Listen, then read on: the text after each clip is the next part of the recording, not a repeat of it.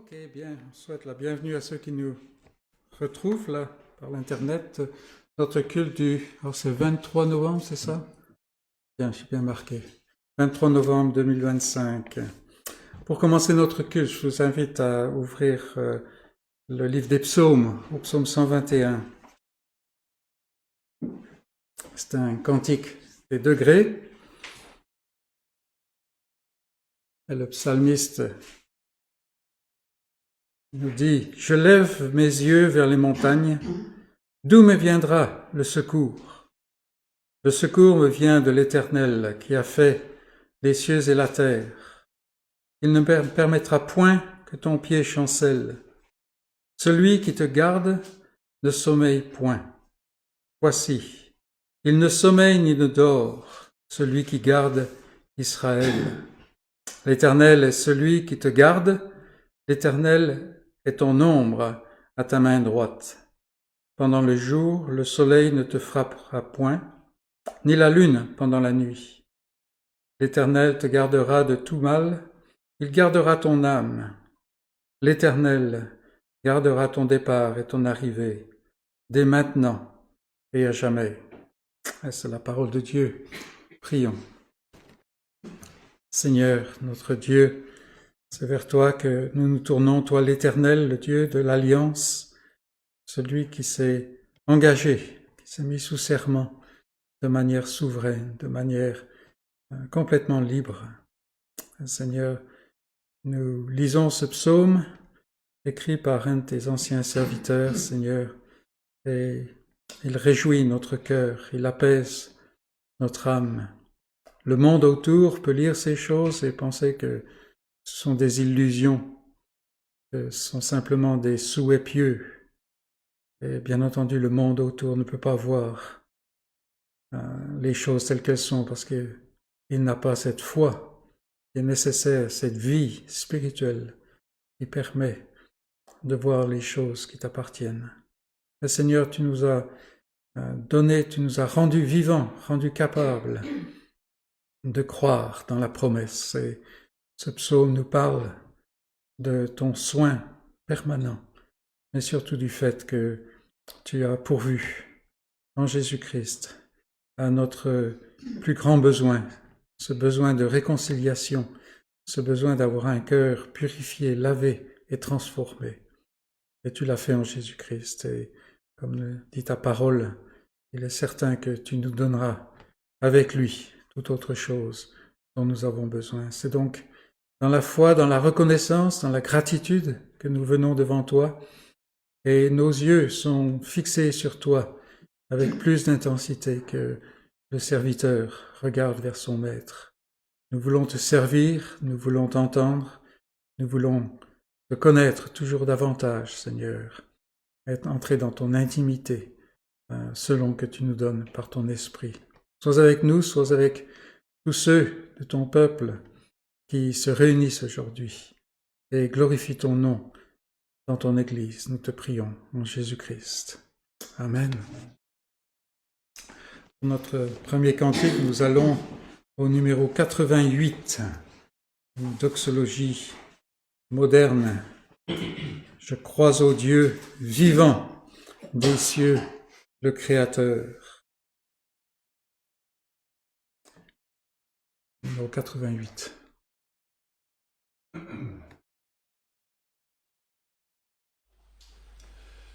Je crois au Dieu vivant des cieux, le Créateur. Je crois qu'il est le Tout-Puissant, le seul Seigneur. Je sais qu'il est amour, il m'aime et me conduit. Il est ma force et mon secours, mon ferme appui. Je crois au Fils de Dieu, Jésus le seul Sauveur. Je crois qu'il est venu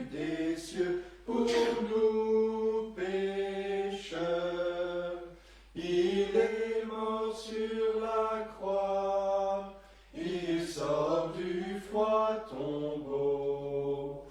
Ô joie, il vit et règne en moi, il vient bientôt. Je crois au Saint-Esprit, le grand consolateur. Je crois que des divins écrits, il est l'auteur. Il a scellé ma foi, il me guide et m'instruit. Par lui Jésus habite en moi, par lui je vis. Allons dans le livre de la Genèse pour notre première lecture au chapitre 18. Genèse 18.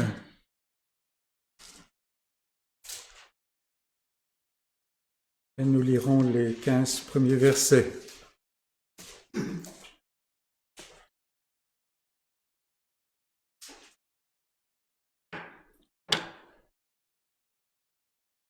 L'Éternel apparut à Abram parmi les chênes de Mamré, comme il était assis à l'entrée de sa tente pendant la chaleur du jour. Il leva les yeux et regarda, et voici, 3 hommes étaient debout près de lui. Quand il les vit, il courut au-devant d'eux, depuis l'entrée de sa tente, et se prosterna à terre. Et il dit, « Seigneur, si j'ai trouvé grâce à tes yeux, ne passe point, je te prie, loin de ton serviteur. Permettez qu'on apporte un peu d'eau pour vous laver les pieds, et reposez-vous sous cet arbre. J'irai prendre un morceau de pain pour fortifier votre cœur.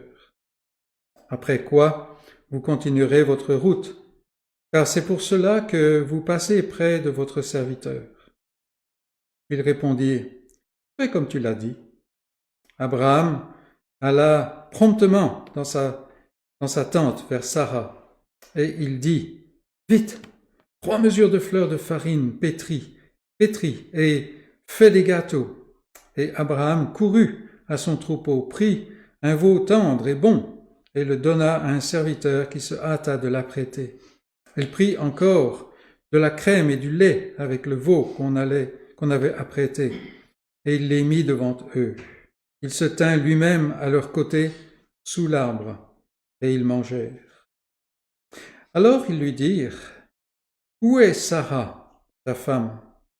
Il répondit, « Elle est là dans la tente. » L'un d'entre eux dit, « Je reviendrai vers toi à cette même époque, et voici, Sarah, ta femme, aura un fils. » Sarah écoutait à l'entrée de la tente qui était derrière lui.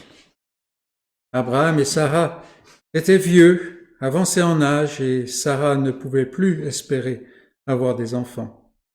Elle rit en elle-même en disant, « Maintenant que je suis vieille, aurais-je encore des désirs?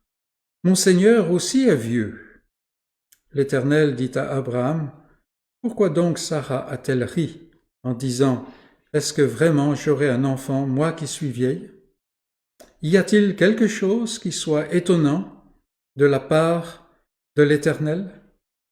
Au temps fixé, je reviendrai vers toi, à cette même époque, et Sarah aura un fils. » Sarah mentit en disant, « Je n'ai pas ri, car elle eut peur. » Mais il dit, « Au contraire, tu as ri. » Et c'est la parole de Dieu qui nous montre ce couple âgé, passé tout espoir, n'est-ce pas? Et voilà que, alors qu'il est assez clair d'après le texte qu'Abraham était en train de faire sa sieste. Et il ne s'attendait pas à voir de la visite. Mais l'Éternel vient de cette manière-là. Et souvent nous sommes là désespérés, qu'est-ce qui peut changer, qu'est-ce que le Seigneur peut faire, n'est-ce pas? C'est un peu notre sieste, ça. On ne s'attend pas à voir la visite de l'Éternel. Mais avec tous ces témoignages de la parole, nous devrions être toujours sur le qui-vive, tout au moins ne pas être surpris quand l'Éternel vient agir. Et c'est intéressant que l'Éternel donne cette promesse, une promesse, enfin, donne maintenant le timing, le temps pour l'accomplissement de la promesse qu'il avait déjà donnée tant d'années avant à Abraham et à Sarah. Et donc on se réjouit, mais nous prenons cela à cœur aussi, car cette parole est devenue un bonbon très doux pour les croyants, n'est-ce pas? Y a-t-il quelque chose qui soit étonnant de la part de l'Éternel, qui soit au-delà de son pouvoir? Et bien entendu, nous disons non, mais souvent nous pensons, ça va pas être facile, n'est-ce pas? Mais pour lui, rien n'est difficile. Chantons maintenant au 246. 246. De Dieu, l'amour éternel à mon cœur s'est fait connaître. Il est possible que nous ne jouissions pas de beaucoup de ce que le monde appelle des bienfaits ou des biens, mais si nous sommes en Christ, nous jouissons du fait que Dieu s'est fait connaître à notre cœur, au plus profond de notre être. 246.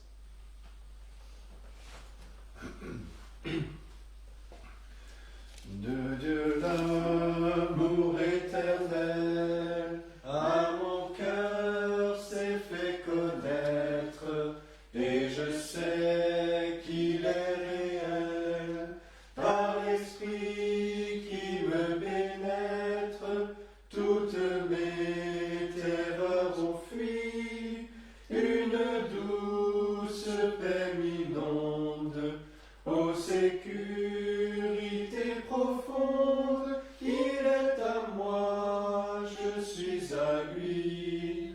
Ô sécurité profonde, il est à moi, je suis à lui. Jamais l'oiseau n'a chanté, hymne si mélodieuse, et la terre n'a porté tant de fleurs si radieuses, jamais dans l'azur n'a lui une lumière si belle. Au bonheur, vie éternelle, il est à moi, je suis à lui. Au bonheur, vie éternelle, il est à moi, je suis à lui.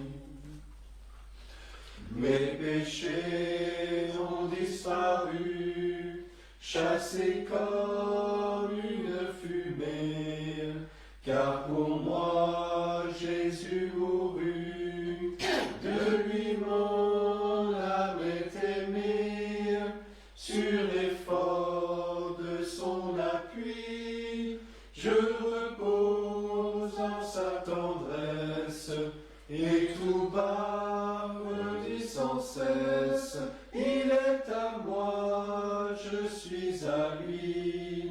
Et tout bas me dit sans cesse, il est à moi, je suis à lui. À lui seul et pour toujours, l'enfer, la mort ni la vie, rien ne peut de son amour priver mon âme ravie. Que le monde soit détruit et que le soleil s'éteigne, Jésus vit et Jésus règne, il est à moi, je suis à lui.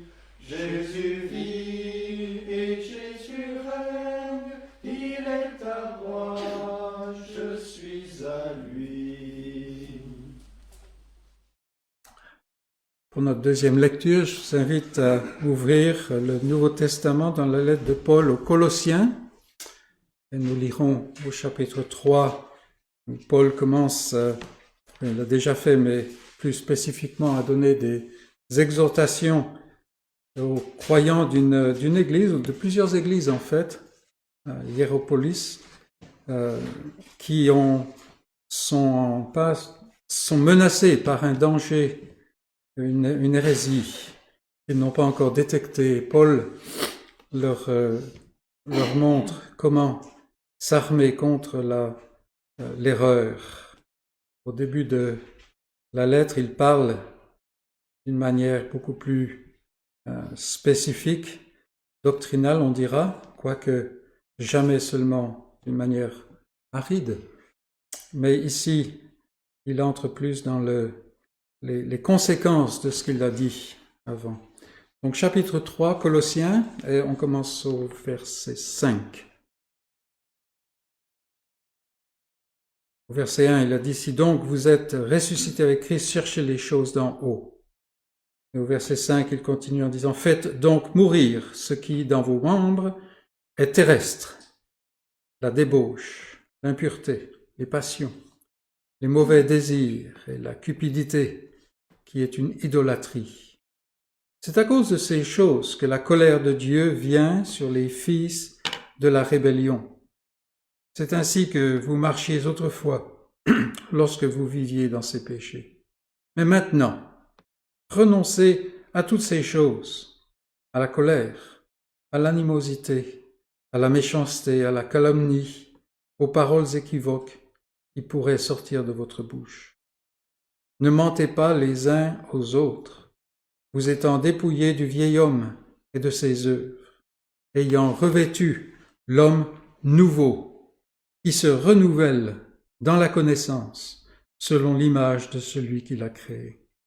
Il n'y a ici ni grec ni juif, ni circoncis ni incirconcis, ni barbare ni scythe, ni esclave ni libre, mais Christ est tout et en tous. Ainsi donc, comme des élus de Dieu, saints et bien-aimés, revêtez-vous de sentiments de compassion, de bonté, d'humilité, de douceur, de patience. Supportez-vous les uns les autres, et si l'un a sujet de se plaindre de l'autre, pardonnez-vous réciproquement. De même que Christ vous a pardonné, pardonnez-vous aussi. Mais par-dessus toutes ces choses, revêtez-vous de l'amour, qui est le lien de la perfection, et que la paix de Christ, à laquelle vous avez été appelés, pour former un seul corps, règne dans vos cœurs, et soyez reconnaissants. Et c'est la parole de Dieu. Nous voyons ici un petit aperçu de la différence qui est entre l'ancienne vie, l'homme, le vieil homme, comme il est dit, dont on se dépouille quand on vient dans la puissance de l'Esprit à Christ, la différence qui existe entre ce vieil homme et l'homme nouveau. Et vous avez remarqué que l'homme nouveau qui se renouvelle. C'est donc pas simplement un point dans la vie, une circonstance, une anecdote, mais c'est une dynamique de vie qui maintenant habite le croyant. Mais ce qu'on peut voir ici, c'est que Paul écrit à ces gens qui vont devoir lutter, vont devoir résister contre ces erreurs qui les attaquent, et il met tout de suite la dimension, il introduit tout de suite cette dimension collective, la puissance du corps de Christ ici.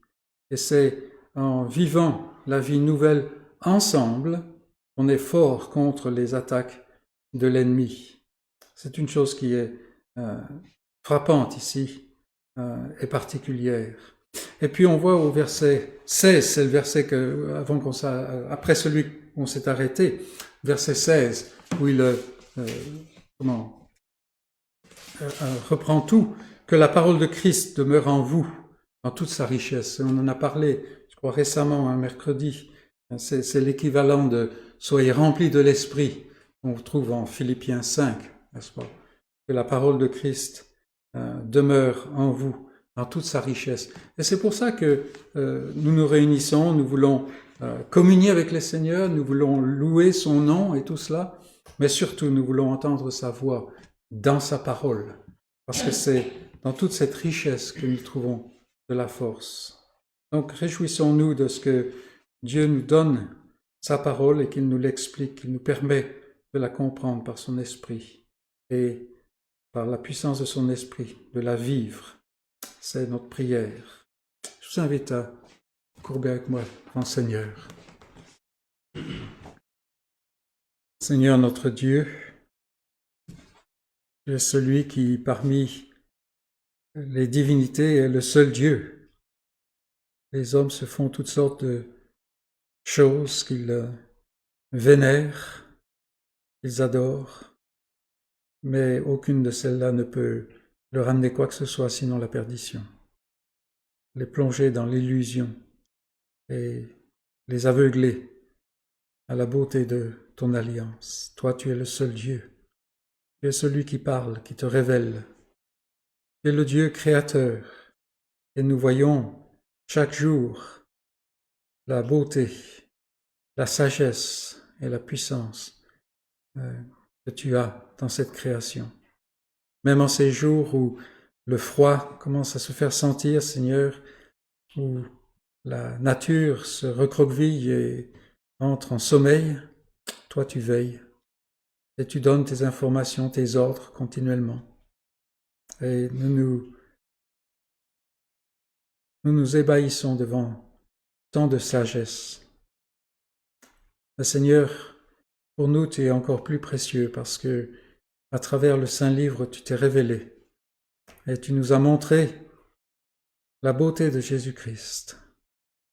Et quand nous avons vu cette merveille de ce Sauveur, un Sauveur qui a écarté sa gloire, qui n'a pas voulu agripper ses droits, mais qui est venu par amour pour toi, par amour pour ce peuple que tu as choisi toute éternité. Quand nous voyons cela, Seigneur, nous voyons combien nous sommes loin d'atteindre les normes de tes exigences.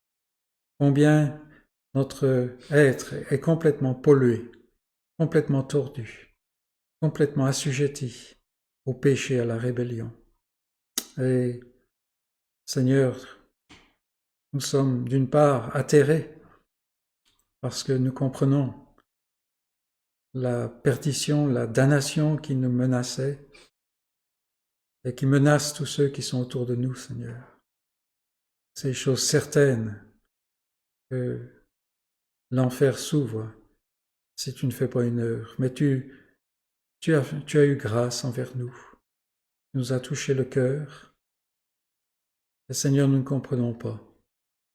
Et nous te prions de nous garder dans cette attitude, de ne jamais prendre pour acquis le fait que tu nous as fait grâce, de ne jamais tourner cette grâce en choses que nous méritions. Car Seigneur, nous ne méritons que la colère. Et cette colère est tombée sur le substitut, sur celui que tu as désigné. Et par la foi, tu nous donnes de nous saisir de lui et de la promesse qui est en lui.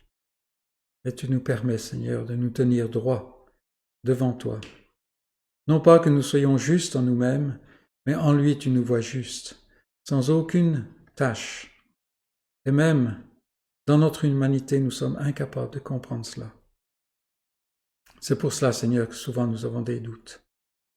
Nous regardons trop à nous-mêmes. Aide-nous, Seigneur, à continuer de plonger les regards dans cette parole, de méditer sur ce que tu as fait en Jésus-Christ, ce que tu fais à travers ton esprit aujourd'hui, à éclairer ton Église jour après jour, à te révéler toujours davantage, à enrichir ton peuple. Et Seigneur, nous te demandons de nous fortifier, de nous affermir, de nous communiquer la puissance de ton esprit pour que nous puissions marcher dans les pas de Christ, d'une manière qui te plaise, d'une manière qui te glorifie. Seigneur, ce n'est pas quelque chose que nous pouvons faire par nous-mêmes et aucune gloire ne s'attache à cela de notre côté. Au contraire, si souvent nous sommes comme ton peuple d'antan, rétifs, à vouloir retourner en Égypte. Mais toi, tu es puissant. Et tu poursuis ce dessein de manière inexorable. Personne ne peut t'arrêter. Et combien nous nous réjouissons de cela, car Seigneur, si c'était simplement sur nos forces, ça fait longtemps, Seigneur, que nous aurions rebroussé chemin vers cette cité des hommes, mais comme Abraham, comme Isaac, comme Jacob et tous ceux qui nous ont précédés, Seigneur, nous portons les regards vers cette cité dont tu es toi-même le constructeur, l'architecte, cette cité qui est éternelle, cette Église de Jésus-Christ. Seigneur, dans ce temps que nous allons passer autour de ta parole d'une manière plus spécifique, nous te prions que tu nous enseignes. Et pour cela, nous avons besoin que, par ton esprit, tu fasses table rase de toutes ces choses qui nous encombrent l'esprit, et que tu prépares nos cœurs, que tu les mettes à l'unisson avec ta parole. Et sois avec celui qui va nous apporter cette parole. Seigneur, donne-lui clarté d'esprit, clarté de parole, mais aussi, Seigneur, joins l'onction de ton esprit à cette parole prêchée, afin que nous puissions vivre selon ce que tu dis. Et nous te prions cela pour nous-mêmes, nous te prions cela pour ton Église, de par le monde. Tu nous as donné, Seigneur, dans ta grâce, de connaître beaucoup de tes enfants, un peu sur tous les continents. Nous te les apportons, tu les connais. Seigneur, aujourd'hui soit un jour de grâce, un jour où ton peuple est édifié, ton peuple s'approche encore davantage dans l'intimité de cette union en Christ. Et un jour aussi, Seigneur, où ceux qui ne te connaissent pas encore, mais que tu connais, soient mis à défi, soient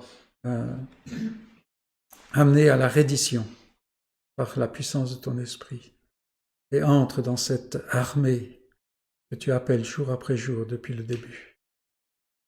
Ô Seigneur, sois avec ton peuple, où qu'il se réunisse, et donne à ton peuple, Seigneur, ce grand désir de se réunir devant toi, de ce moment, ces avant-goûts de ce temps où la salle du trône sera remplie, où il n'y aura aucun qui manquera, où ceux qui vont essayer d'entrer sans revêtir la robe de Christ, la justice de Christ, seront jetés dehors, là où il y a des grincements de dents, des pleurs sans cesse.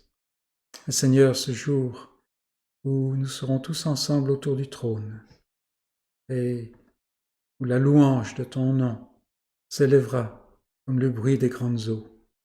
Ô Seigneur, donne-nous cet avant-goût, bien que nous soyons petits, et donne-nous aussi le désir de toujours être trouvés ainsi, car nous te le demandons dans le nom de Christ. Amen. Avant le message, nous allons chanter au 206.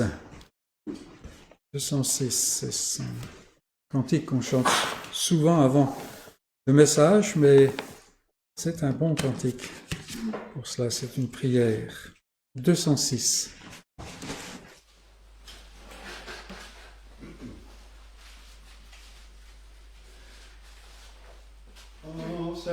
Enseigne-moi, Seigneur, enseigne-moi. Garde mon faible cœur, enseigne-moi. Que dans un chemin droit, je marche par la foi, les yeux fixés sur toi. Enseigne-moi, Seigneur, dans la douleur, enseigne-moi, sur la mer en fureur, dirige-moi,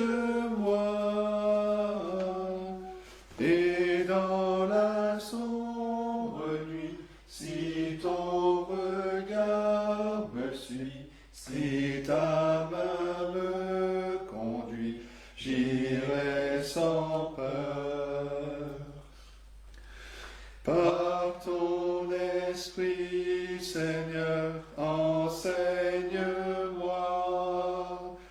à vivre à ton honneur, où que je sois, jusqu'au bout du chemin, que je reste en ta main, sois mon constant soutien, enseigne-moi.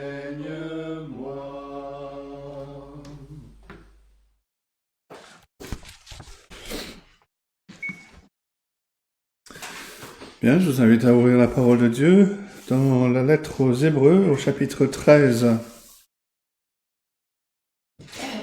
Nous commençons l'étude de ce dernier chapitre de cette lettre. Et ce matin, nous allons regarder les versets 1 à 8. Hébreux chapitre 13, les versets 1 à 8. Et voici donc la parole de Dieu. Persévérez dans l'amour fraternel. N'oubliez pas l'hospitalité, car en l'exerçant, quelques-uns ont logé des anges sans le savoir. Souvenez-vous des prisonniers, comme si vous étiez aussi prisonniers, de ceux qui sont maltraités, comme étant aussi vous-même dans un corps. Que le mariage soit honoré de tous et le lit conjugal exempt de souillure, car Dieu jugera les débauchés et les adultères. Ne vous livrez pas à l'amour de l'argent, contentez-vous de ce que vous avez, car Dieu lui-même a dit « Je ne te délaisserai point et je ne t'abandonnerai point ». C'est donc avec assurance que nous pouvons dire « Le Seigneur est mon aide, je ne craindrai rien. Que peut me faire un homme ?» Souvenez-vous de vos conducteurs qui vous ont annoncé la parole de Dieu. Considérez quelle a été la fin de leur vie et imitez leur foi. Jésus-Christ est le même hier, aujourd'hui et éternellement.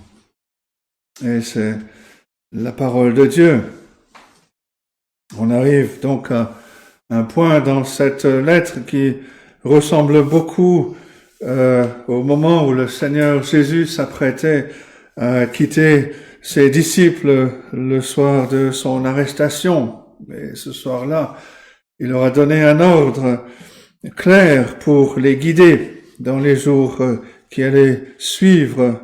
En Jean 15, 12, il dit ceci, « Ceci est mon commandement, aimez-vous les uns les autres, comme je vous ai aimés. » Et on arrive à un point similaire dans cette lettre aux Hébreux. On se rappelle que cette lettre a été écrite à un groupe de croyants juifs qui étaient tentés de renoncer à l'évangile pour revenir au christianisme dans le but d'échapper à la persécution. Le grand refrain de cette lettre aux Hébreux est à la fois un avertissement contre l'apostasie, contre le fait de s'éloigner de la foi, et une exhortation à s'attacher fermement au Seigneur Jésus-Christ pour le salut. Cet avertissement est donné 5 fois sous une forme ou une autre, y compris à la fin du chapitre 12, où il est fait référence à la voix de Dieu dans l'Évangile, verset 25. « Gardez-vous de refuser d'entendre celui qui parle. » Et maintenant, tout comme le Seigneur Jésus, lors de la nuit de son arrestation, alors qu'il était sur le point de quitter les disciples, d'être arrêté, l'auteur de la lettre aux Hébreux se prépare à quitter ses lecteurs dans ce dernier chapitre et il leur adresse ces dernières paroles d'exhortation. Et donc pas surprenant que l'auteur commence de la même manière que le Seigneur Jésus, en exhortant au verset 1, « Persévérez dans l'amour fraternel ». Ce dernier chapitre, on va l'organiser en 4 sections, et Dieu voulant, cela va nous amener aux vacances de Noël. Tout d'abord, il y a la vie au sein de la communauté de l'Église, et c'est ce que l'on va regarder aujourd'hui. Ensuite, il y a la foi de l'Église au milieu d'un monde incrédule, versets 9 à 14. À partir du verset 15, il y a un appel à offrir sa vie en sacrifice au Seigneur. Et le chapitre se termine par ce qui est peut-être l'une des plus grandes bénédictions du Nouveau Testament dans les versets 20 et 21. Et l'auteur commence donc par un commandement que l'on doit prendre au sérieux, persévérer dans l'amour fraternel. Nous devons vivre en permanence selon ce principe. Le véritable christianisme est la famille de Dieu. L'Église est une communauté qui doit être caractérisée par cet amour familial. Et donc c'est le premier point, une communauté aimante. Parmi les auteurs chrétiens qui ont écrit beaucoup au sujet de l'amour entre chrétiens, il y a Francis Schaeffer. Une grande partie de sa vie a été marquée par des conflits religieux qui ont semé la discorde. Francis Schaeffer était un fervent défenseur des doctrines chrétiennes, mais il s'efforçait en même temps de maintenir l'amour au sein de la communauté des croyants. Et dans son livre « La marque du chrétien », il commence de cette façon. Il dit « À travers les siècles, les hommes ont utilisé un grand nombre de symboles pour manifester qu'ils étaient chrétiens. Certains ont fixé des insignes à leur revers, d'autres ont porté des chaînettes à leur cou, d'autres encore ont adopté une coupe de cheveux particulière. Mais il existe un signe qui dépasse tous les autres, une marque qui ne devrait pas convenir uniquement à une occasion particulière ou à une époque donnée. C'est un signe destiné à durer pendant toute l'histoire de l'Église, jusqu'au retour de Jésus. Et ce signe, bien sûr, est l'amour fraternel, l'amour entre chrétiens, entre croyants. Et Francis Schaeffer cite notamment l'enseignement du Seigneur Jésus-Christ en Jean 13, verset 35. « À ceux-ci, tous connaîtront que vous êtes mes disciples, si vous avez de l'amour les uns pour les autres. » Et il souligne qu'il y a à la fois une condition, un si, à savoir si nous aimons les uns les autres, et il y a un résultat, que les gens verront cela comme le signe évident de ceux qui sont les disciples du Seigneur Jésus-Christ. Montrer l'amour que l'on a pour les frères et sœurs en Christ, c'est une partie essentielle de notre témoignage. Mais c'est aussi par le fait parce que Dieu est amour, que nous sommes appelés à lui ressembler dans ce monde. L'apôtre Jean le dit d'une autre manière dans sa première lettre, 1 Jean 4, versets 7 et 8, « Bien-aimés, aimons-nous les uns les autres, car l'amour est de Dieu. Et quiconque aime est né de Dieu et connaît Dieu. Celui qui n'aime pas n'a pas connu Dieu, car Dieu est amour. » Aimer les autres, et en particulier aimer les frères et sœurs en Christ, c'est le résultat de notre relation avec Dieu. C'est aussi de cette manière que l'on montre notre gratitude pour l'amour de Dieu envers nous, en aimant ceux qui lui appartiennent. Et l'amour s'exprime toujours par des actions concrètes. C'est notre passage en donne 2 exemples. Le premier exemple, verset 2, « N'oubliez pas l'hospitalité. » La portée de notre amour familial est très large, comme le Seigneur l'a montré dans la parabole du bon Samaritain. Un pharisien avait demandé « Qui est mon prochain ?» Le Seigneur lui a montré que son prochain est toute personne dans le besoin, que l'on doit faire preuve de miséricorde envers les autres, comme Dieu a fait miséricorde pour nous. Et ce même principe anime l'appel à l'hospitalité dans cette lettre aux Hébreux. L'idée principale, bien sûr, c'est d'accueillir les gens chez soi. Dans l'Antiquité, où voyager était quelque chose de dangereux, les auberges étaient rares, c'était un ministère important. Et même aujourd'hui, avec nos vies compartimentées, l'hospitalité reste quelque chose d'important. Cette exhortation s'applique à nous, même des personnes que l'on ne connaît pas. Nous sommes appelés à les accueillir avec l'amour de Dieu. Le deuxième exemple concerne les prisonniers, verset 3. Souvenez-vous des prisonniers comme si vous étiez prisonniers, de ceux qui sont maltraités comme étant aussi vous-même dans un corps. Si le premier exemple est celui de l'hospitalité, on a ici le principe de la compassion pour les épreuves que les autres peuvent connaître. Et l'auteur fait sans doute référence à des croyants emprisonnés, maltraités à cause de leur foi. Et dans ce ministère, le Seigneur Jésus est à la fois notre exemple, mais aussi le destinataire ultime de nos actes de compassion et d'amour. Il dit en Matthieu 25, verset 40, « Je vous le dis en vérité, toutes les fois que vous avez fait ces choses à l'un de ces plus petits de mes frères, c'est à moi que vous les avez faites. » Deux verbes clés qui vont de pair ici. Le verset 2 dit « N'oubliez pas ». Le verset 3 dit « Souvenez-vous ». Il semble que le problème réside dans la façon dont on considère notre vie, mais aussi dont on considère les autres.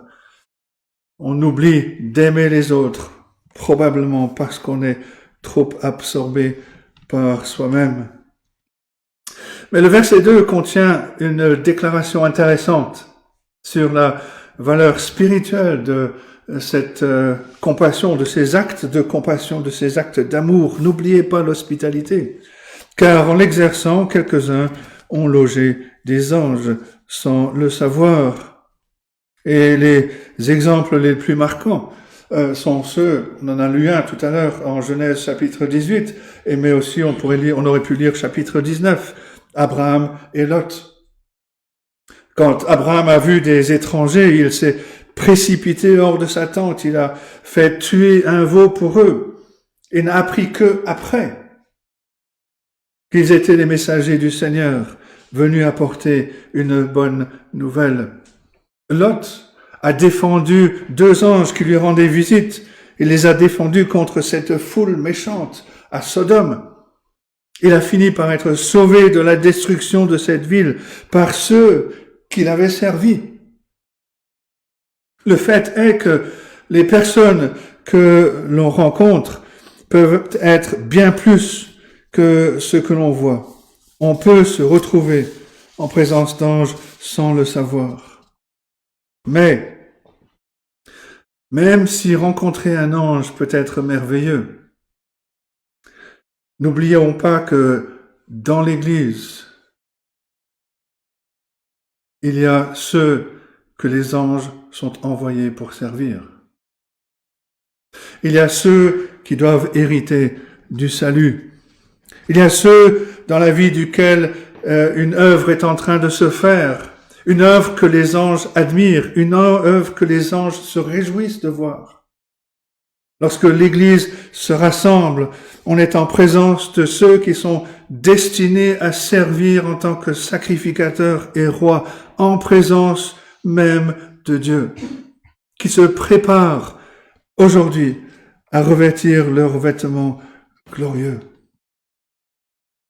Dans son essai « Le poids de la gloire », l'auteur C.S. Lewis fait remarquer à quel point c'est extraordinaire de vivre parmi ceux dont le destin éternel est en train de se dessiner. Et il dit ceci, la personne la plus ennuyeuse et la moins intéressante que vous puissiez parler, à qui vous puissiez parler, pourrait un jour devenir une créature que si vous la voyez maintenant, vous seriez fortement tenté d'adorer. Ou bien une horreur et une corruption telles que vous ne les rencontrez actuellement, si tant est que vous les rencontriez que dans vos cauchemars. Il n'y a pas de gens ordinaires. Vous n'avez jamais parlé à un simple mortel. Ce sont des immortels avec lesquels nous plaisantons, travaillons, nous marions, snobons et exploitons. Des horreurs immortelles ou des splendeurs éternelles. La force la plus puissante dans la vie de ces créatures qui sont faites à l'image de Dieu, la force la plus puissante, c'est l'amour. Et nous sommes appelés à opposer l'amour égoïste du monde à l'amour sacrificiel du Seigneur Jésus-Christ. L'Église est appelée à aimer, à s'aimer les uns les autres, parce que nous sommes en Christ. Mais l'Église est aussi appelée à la pureté, à être libre de toute corruption. Et c'est le deuxième point. Si le premier était l'Église aimante, une communauté aimante, le deuxième est une communauté sainte. L'amour n'est pas la seule vertu, mais elle va de pair avec la sainteté qui vient de Dieu. L'apôtre Pierre nous rappelle en 1 Pierre 1, verset 16, « Vous serez saints, car je suis saint. » Toujours dans ce livre cité tout à l'heure, La marque du chrétien de Francis de Schaeffer, il dit ceci, le chrétien a en réalité une double tâche. Il doit pratiquer à la fois la sainteté de Dieu et l'amour de Dieu. Pas son amour sans sa sainteté, ce n'est qu'un compromis.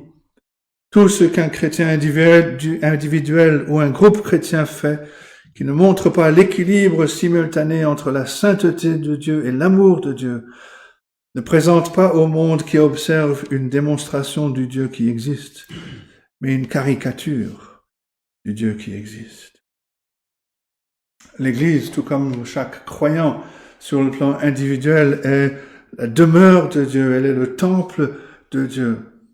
Chose là que l'apôtre Paul écrit en 2 Timothée 2, 19, « Quiconque prononce le nom du Seigneur, qu'il s'éloigne de l'iniquité. » Et encore une fois, l'auteur nous donne deux exemples, des exemples concrets. Le premier exemple est la pureté du mariage, verset 4, « Que le mariage soit honoré de tous. » Et le lit conjugal, exemple de souillure, car Dieu jugera les débauchés et les adultères. Les premiers lecteurs de cette lettre se trouvaient dans une situation similaire à la nôtre, au sein d'une société dépravée, submergée par la perversion, submergée par l'indulgence sexuelle. Cela a toujours été un signe de pureté chrétienne, d'être radicalement différent du monde dans ce domaine. Et l'apôtre Paul dénonce par exemple avec force l'immoralité sexuelle dans plusieurs de ses lettres. Il la classe très souvent en premier, en tête de la liste des péchés que l'on doit éviter. Par exemple, dans ce passage dans un passage dans Galates 5, il écrit au sujet de l'immoralité, il dit « Je vous dis d'avance, comme je l'ai déjà dit, que ceux qui commettent de telles choses n'hériteront point le royaume de Dieu. » Et notre texte dit, verset 4, « Dieu jugera les débauchés et les adultères. » Et Dieu juge aujourd'hui la débauche de notre société. Il juge les églises qui se disent chrétiennes, qui approuvent ou qui tolèrent cette débauche. Si les croyants ne sont pas disposés à être différents, précisément sur le point où notre société est la plus dépravée, alors on ne peut pas espérer que notre témoignage soit pris au sérieux, et même notre profession de foi peut être remise en cause. Qui doit honorer le mariage? L'auteur nous dit tous, toute l'Église, tout le peuple de Dieu. On a un intérêt particulier à défendre l'institution du mariage et les mariages qu'on peut célébrer. C'est la première institution établie par Dieu, c'est la pierre angulaire de la société. Et peut-être pas aujourd'hui de meilleur indicateur de la santé spirituelle d'une assemblée que la santé de ces mariages. L'un de nos grands besoins est l'exemple de mariage solide, de mariage sain, afin d'encourager ceux qui n'ont jamais connu ce qu'est l'amour véritable et d'être un exemple, d'être un modèle. Le plus grand des témoignages pour notre époque sera celui de couples chrétiens qui affrontent fidèlement les difficultés du mariage avec la grâce et par la puissance que Dieu leur donne. Et à cela s'ajoute aussi le témoignage étonnant, selon le monde, du célibataire chrétien qui garde le lit conjugal pur par la maîtrise de soi, par la retenue. Et plus important encore, Dieu est honoré quand les couples mariés honorent les vœux qu'ils lui ont faits. Et quand tous les croyants honorent le mariage, que le mariage soit saint. Le deuxième exemple de sainteté que donne l'auteur concerne le contentement. Par opposition à la cupidité, verset 5, ne vous livrez pas à l'amour de l'argent, contentez-vous de ce que vous avez. C'est une attitude envers les biens matériels, l'amour de l'argent opposé au contentement reconnaissant qui découle de la foi. Dans sa lettre aux Colossiens, chapitre 3, l'apôtre Paul décrit la cupidité comme une idolâtrie. Et on peut dire que le contentement est l'un des signes les plus purs de l'adoration véritable de Dieu.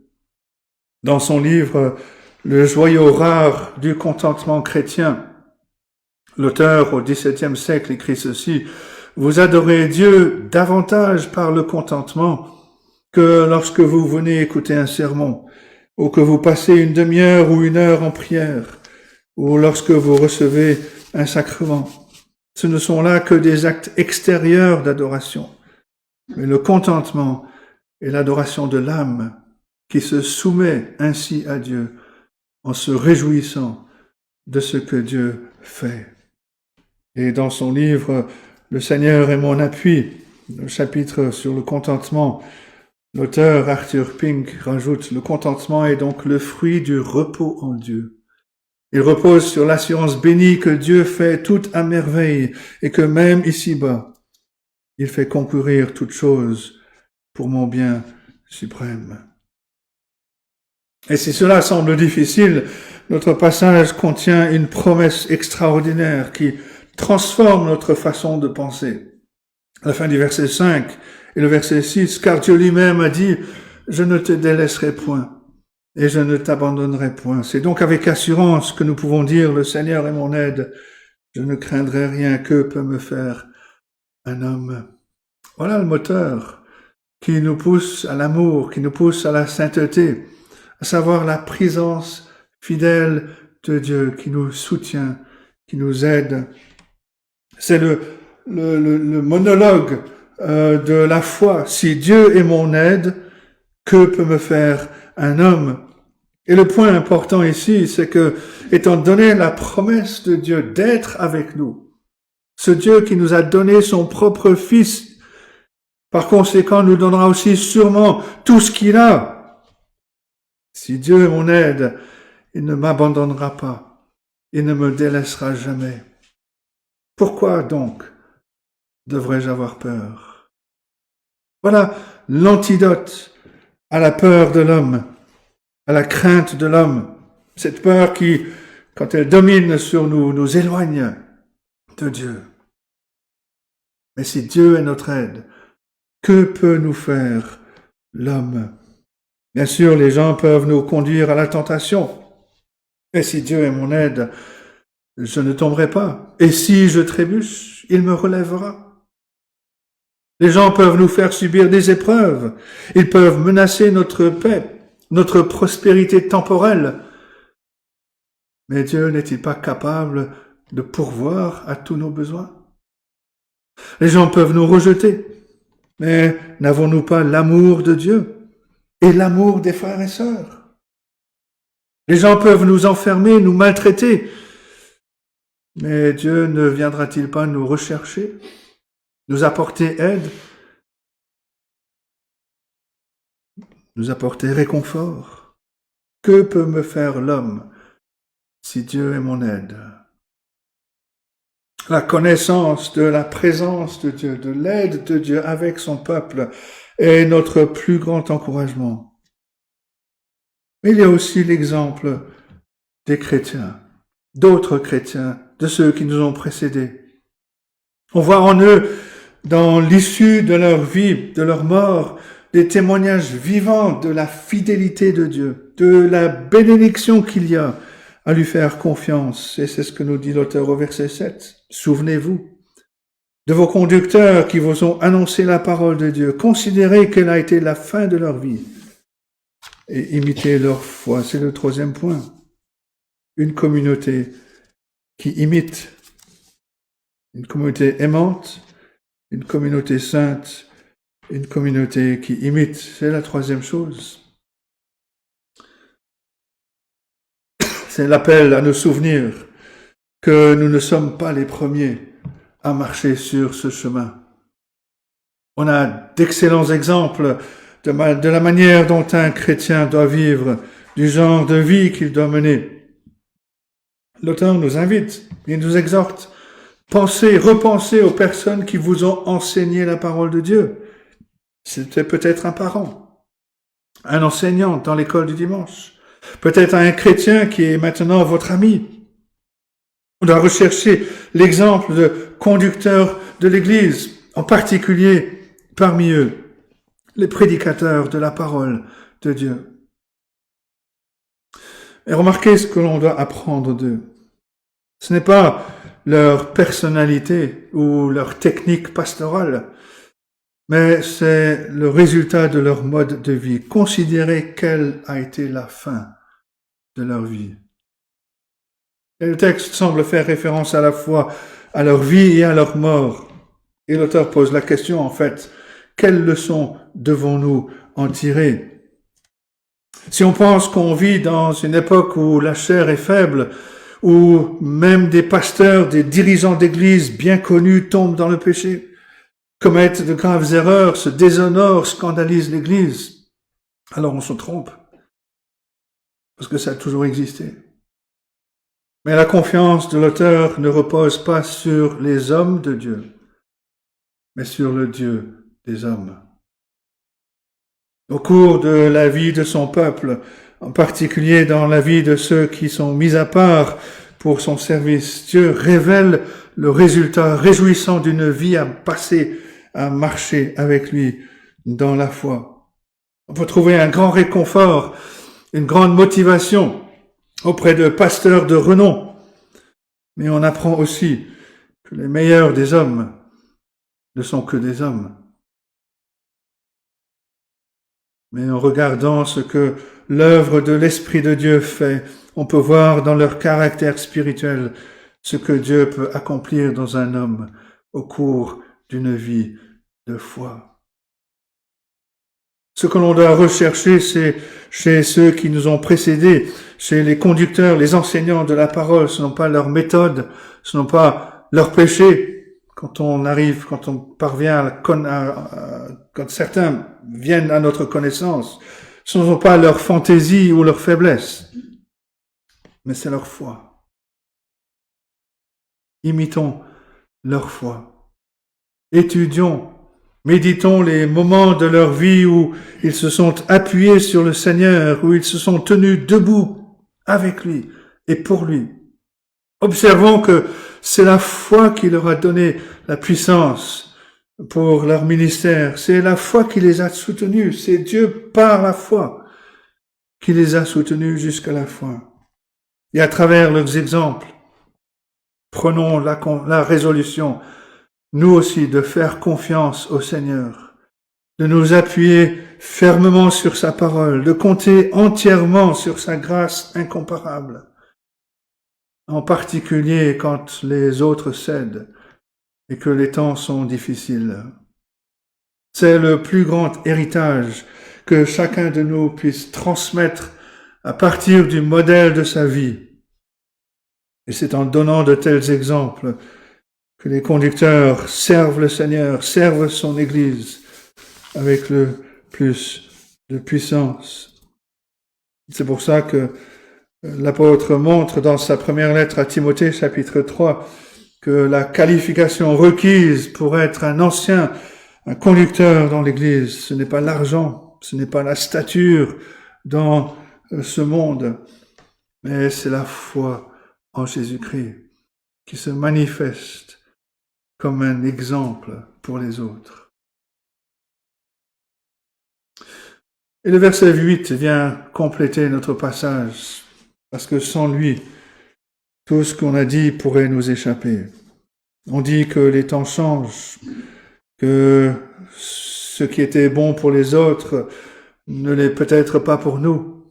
Ce qui fonctionnait autrefois peut échouer à notre époque. Et face à ces préoccupations, l'auteur souligne cette vérité essentielle. Jésus-Christ est le même, hier, aujourd'hui, éternellement. Et c'est le quatrième et dernier point. Jésus-Christ est le même. Le point important n'est pas seulement que le Seigneur Jésus-Christ, la deuxième personne de la divinité éternelle, reste aujourd'hui tel qu'il a toujours été. Et ça, c'est vrai.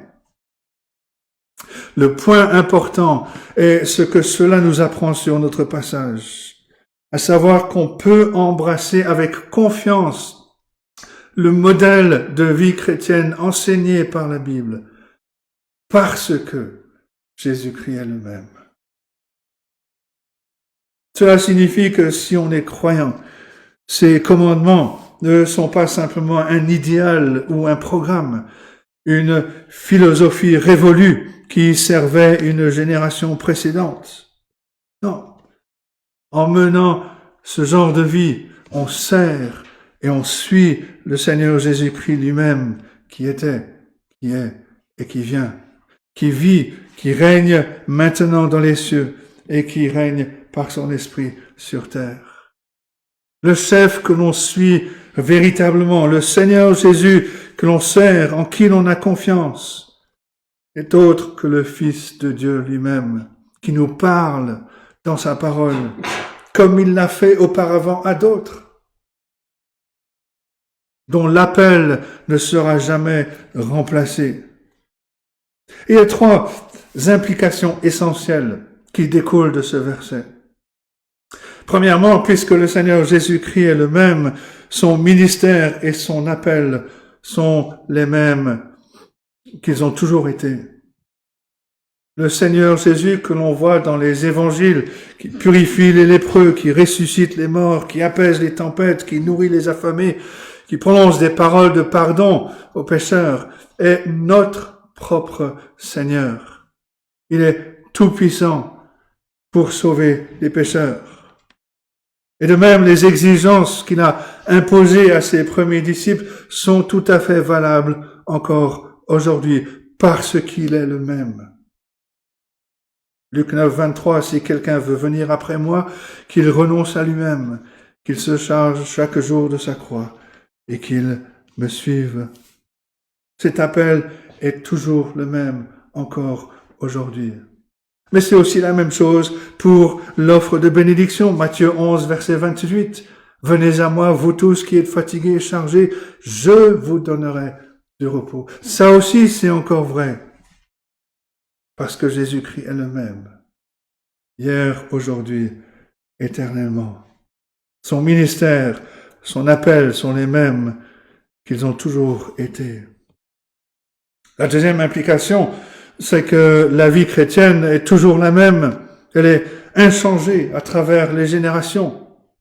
Les récits et l'enseignement de la Bible ne sont pas sans rapport avec l'homme moderne ou l'homme postmoderne. Face à ceux qui disent que notre croyance est dépassée, notre réponse est Jésus-Christ est le même. C'est pour ça qu'on doit étudier l'histoire de l'Église, les biographies chrétiennes, parce que les vies de foi d'autres croyances sont des exemples pour nous. dans l'introduction d'un livre qui regroupe des sermons du Dr. Lloyd Jones à partir de l'Ancien Testament. L'auteur de l'introduction cite un autre auteur en disant ceci: l'une des erreurs les plus courantes actuellement et celle qui est à l'origine de la plupart des activités religieuses bruyantes et tapageuses dans les cercles évangéliques est l'idée que l'Église doit changer avec le temps. Mais nous, on préfère la sagesse de Jérémie 6, verset 16, où l'Éternel dit ceci: placez-vous sur les chemins, regardez, demandez quels sont les anciens sentiers, quelle est la bonne voie, marchez-y, et vous trouverez le repos de vos âmes. Puisque le Seigneur Jésus-Christ est le même, c'est maintenant à notre tour de vivre en tant que peuple, en tant que son peuple, d'une manière qui soit reconnaissable par ceux qui nous ont précédés. Ils n'accepteront pas l'excuse selon laquelle notre époque est différente de la leur, et ils auront raison. Bien sûr, il y a certaines différences entre les époques, mais le Seigneur Jésus-Christ est le même. Si on pouvait interroger ceux qui nous ont précédés, quoi de plus réjouissant pour eux que de savoir que l'évangile qu'ils ont prêché est le même que nous prêchons aujourd'hui? Que la vie de foi qu'ils ont menée est désormais le modèle que nous suivons dans notre marche avec le Seigneur. Et si cela est vrai pour de simples hommes et femmes qui ont vécu dans les générations passées, quelle bénédiction, quelle joie cela doit être pour le Seigneur Jésus-Christ qui vit toujours, de nous voir manifester dans nos vies, dans nos églises, la vérité, l'amour et la pureté auquel il a appelé ses disciples dès les premiers jours. La vie chrétienne est toujours la même, caractérisée par l'amour, la sainteté. Troisièmement, puisque le Seigneur Jésus-Christ est aujourd'hui le même qu'hier, c'est le Seigneur Jésus que l'on représente, que l'on montre à notre génération. C'est pas une tradition, c'est pas une philosophie humaine que l'on sert, mais le Seigneur Jésus-Christ, le Sauveur des pécheurs, le Fils de Dieu qui porte son amour dans notre monde, qui appelle les hommes et les femmes à travers nous à une espérance vivante, comme il l'a fait dans le passé. Nous représentons le Seigneur Jésus-Christ à ce monde. Un auteur raconte l'histoire, ça remonte à déjà pas mal d'années, l'histoire d'un évangéliste nommé Yakov, qui prêchait l'évangile dans la Yougoslavie communiste. Donc ça remonte quand même à quelques années. À cette époque, l'Église officielle était le pion d'un régime cruel, un refuge pour les loups déguisés en agneaux. Et c'est la raison pour laquelle ce Yakov avait du mal à convaincre les gens d'écouter les messages au sujet de l'amour de Jésus-Christ. Un jour, un vieil homme est venu, un homme appelé Zimmermann, l'a sévèrement réprimandé en raison justement du terrible bilan de ceux qui se disaient chrétiens. Et cet homme s'est exclamé, il dit, mais ils portent ces manteaux, ces chapeaux, ces croix sophistiquées qui symbolisent une mission céleste, mais je ne peux ignorer leurs mauvaises intentions et leur mode de vie.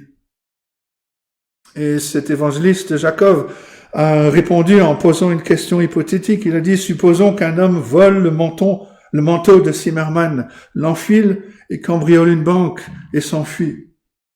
Il demande à cet homme, que diriez-vous aux autorités si elles venaient chez vous et vous accusaient d'avoir cambriolé la banque? Zimmermann a répondu avec colère, et il est parti. Et l'auteur conclut l'histoire. Il dit, Yakov continuait à revenir régulièrement au village pour se lier d'amitié avec ce Zimmermann, pour l'encourager, pour partager avec lui l'amour de Jésus-Christ. Et finalement, un jour, Zimmermann a demandé « Comment devient-on chrétien ?» Jacob lui enseigna les étapes simples du repentir pour ses péchés et de la confiance en l'œuvre de Jésus-Christ. Il lui indiqua le berger de son âme. Simeon s'agenouilla sur le sol, la tête baissée, et remit sa vie entre les mains du Christ. Et lorsqu'il se releva, essuyant ses larmes, il embrassa Jacob et lui dit « Merci d'être dans ma vie ». Puis il désigna le ciel et murmura « Tu portes très bien son manteau ». Si on veut porter la marque authentique de Jésus-Christ dans ce monde, ça devra se faire à la manière décrite dans ces versets de la lettre aux Hébreux. Ce sera par l'amour, la pureté devant le monde, en opposition à tout ce que ce monde représente, en brillant, comme l'apôtre l'écrit dans sa lettre aux Philippiens chapitre 2, comme des flambeaux dans le monde, portant la parole de vie. Et de cette manière, ce sera le Seigneur Jésus-Christ que l'on proclamera véritablement et fidèlement, en affichant son amour, en revêtant sa justice aux yeux du monde. Nous sommes donc appelés à cette communauté aimante, à être cette communauté qui recherche la sainteté, qui imite ceux qui ont laissé un bon exemple. Et tout cela parce que le Seigneur Jésus-Christ est le même. Il est le même hier, aujourd'hui et éternellement. Que Dieu nous aide à méditer ces choses, qu'il nous aide aussi à les vivre pour sa gloire et qu'il bénisse sa parole. Amen.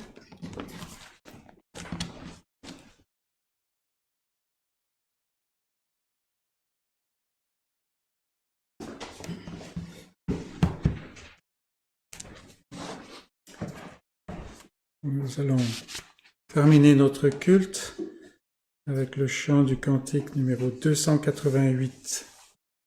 La voix du Seigneur m'appelle, prends ta croix et viens, suis-moi. Je réponds, Sauveur fidèle, me voici, je suis à toi. 288.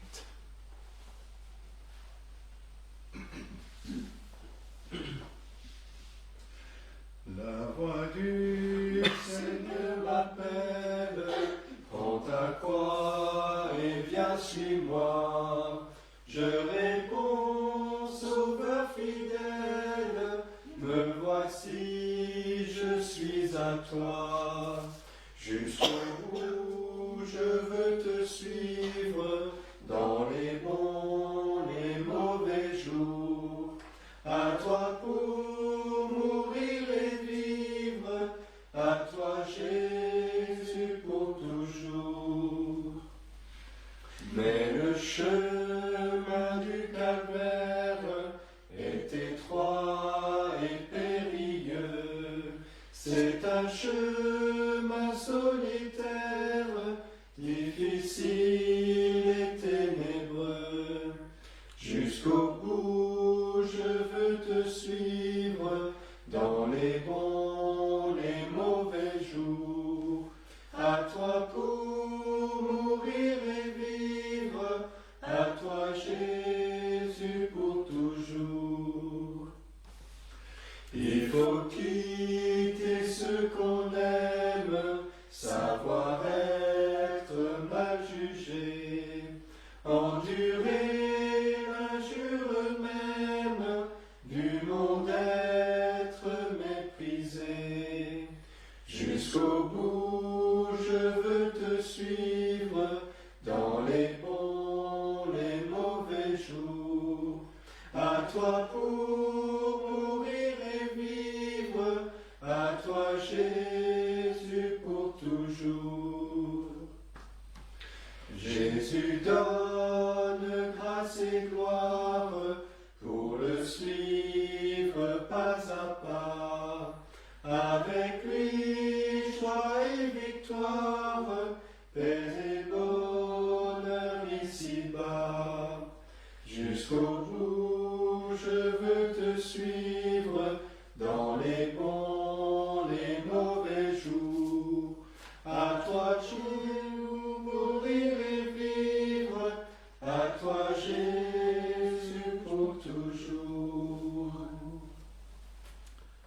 soit notre prière.